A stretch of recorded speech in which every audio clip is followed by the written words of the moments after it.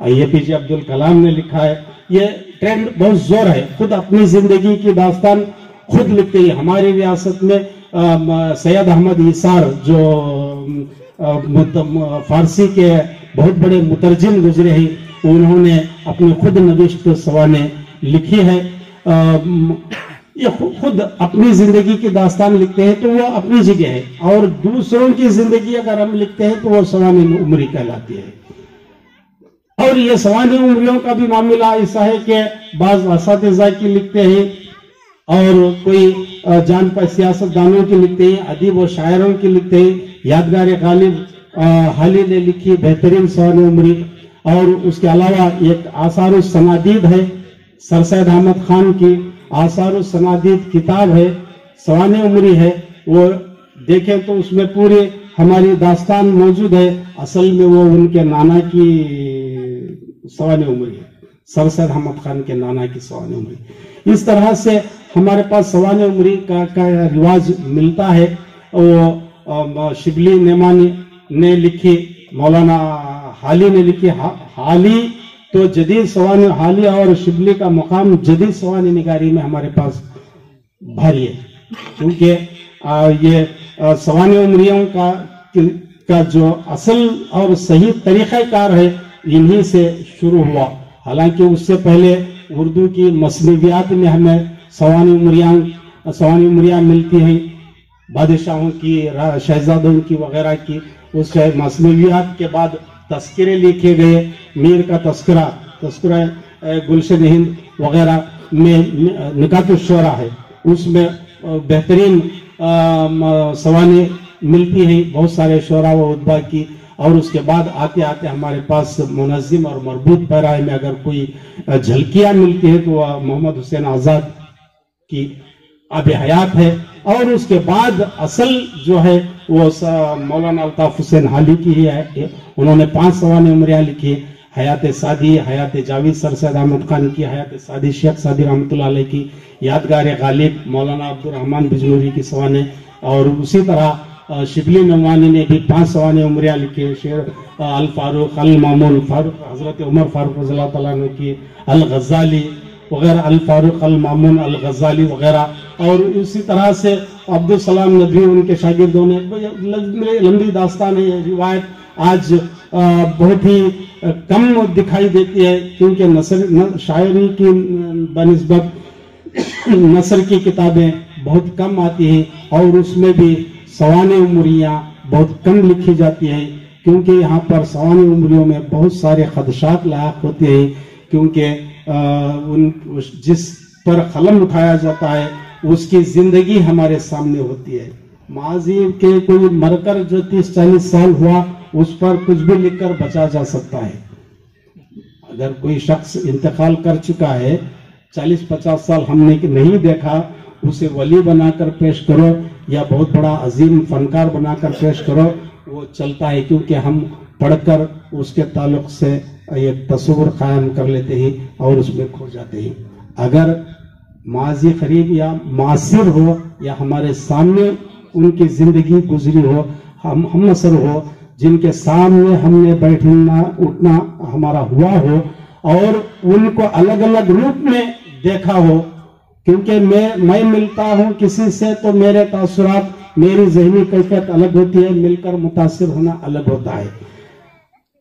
کیونکہ آدمی کا ایک روپ نہیں ہوتا, اور آدمی بھی کئی روپ کے ہوتے ہیں. جس روپ میں جو شخص جس سے ملتا ہے وہی روپ اسے وہ نظر آتا ہے, اور اسے وہ نتیجہ عکس کر کے جاتا ہے. کیونکہ بہت سارے نام بڑے درشن چھوٹے, یہ کہاوت بھی ہے. اونچی دکان پھیکا پکوان, یہ بھی ہے. لیکن ایک امیج بنا کر بڑی شخصیت, میں نے بڑی ذہن میں ایک کیفیت لے کر بہت سارے لوگوں سے ملنے کی کوشش کی, تو وہاں جانے کے بعد وہ اونچی خالی ڈبہ کچھ بھی نہیں. وہ الگ الگ معاملات ہوتے ہیں. ہم کسی سے ملنے جاتے ہیں, ایک ذہن بنا کر جاتے ہیں, فلاں ہے, ویسا ہے, ایسا ہے, ان سے مل کر ہو, وہاں جا کر دیکھیں, ان سے ہمارے تعلقات یا ان سے ہماری ملاقات, اس کے بعد ان کا رکھ رکھاؤ, ان کی میزبانی وغیرہ دیکھیں, تو دل تعریف کرنے کی بجائے ملامت کرتے ہوئے آتا ہے. یہ الگ الگ روپ ہوتے ہیں.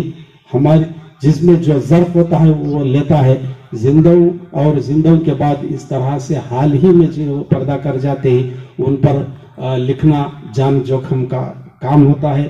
حتی المقدور یہاں پر جہاں تک ہو سکتا ہے ایمانداری اور دیانتداری سے کام لیا گیا ہے۔ میں نے ایک لفظ 2 مہینے کام پینڈنگ تھا، اللہ گواہ ہے، آنے کے بعد مسلسل 1 مہینہ کنک پلک دیکھ کر جو غیر ضروری چیزیں تھیں نکال کر، کیونکہ غلو یہ جھوٹ بولنا گناہ ہے تو جھوٹ لکھنا بڑا گناہ ہے، اس لیے حتی المقدور کوشش یہ کی گئی ہے کہ اس سے پاک ہو۔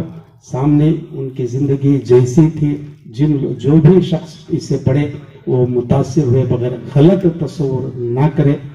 متاثر ہونا اپنی جگہ ہے، احترام نہ صحیح، لیکن دل میں برا خیال نہ کرے، اسے گریز کرنے کی حتی المقدور کوشش کی ہے۔ لہذا میں اس موقع پر تمام احباب کا شکر گزار ہوں، اور تمام احباب کا میں مبارک کو خصوصی طور پر قمر الدین قمر صاحب جہاں پر تذکرات کے بھی جدید یعنی پہلے موجد بن گئے، یعنی پہلے صاحب کتاب، موجد تاریخ منظور ہے، صاحب کتاب ہونے کا شرف ان کو ہے، اور غزل توشیح غزل، اور وہ بھی حمد میں 99 صفتی ناموں پر انہوں نے لکھا ہے۔ یہ 99 سے ہٹ کر اور 34 تلاش کر کے 133 اشعار پر 133 اسماء الحسنہ پر ایک بہترین غزل نما حمد غزل ہے، جو حمد ہے وہ انشاءاللہ پوری کتاب کی صورت میں آئے گی۔ لہذا میں ان کو مبارکباد پیش کرتا ہوں، اور اسی طرح وہ کام کرتے رہیں۔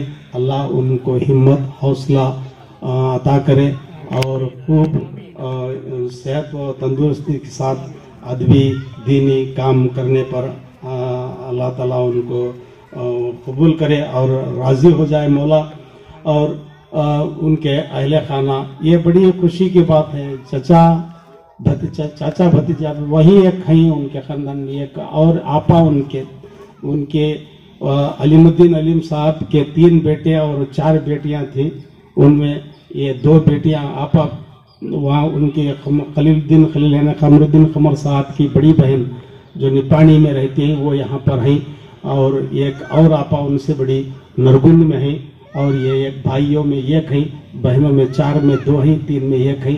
اللہ تعالیٰ ان کو سلامت رکھے، اور چاچا بچوں یہی ایک چاچا ہیں جو بچوں پر ہیں، لہذا اللہ تعالیٰ ان کا سایہ ہمیشہ سب کے سروں پر قائم و دائم رکھے۔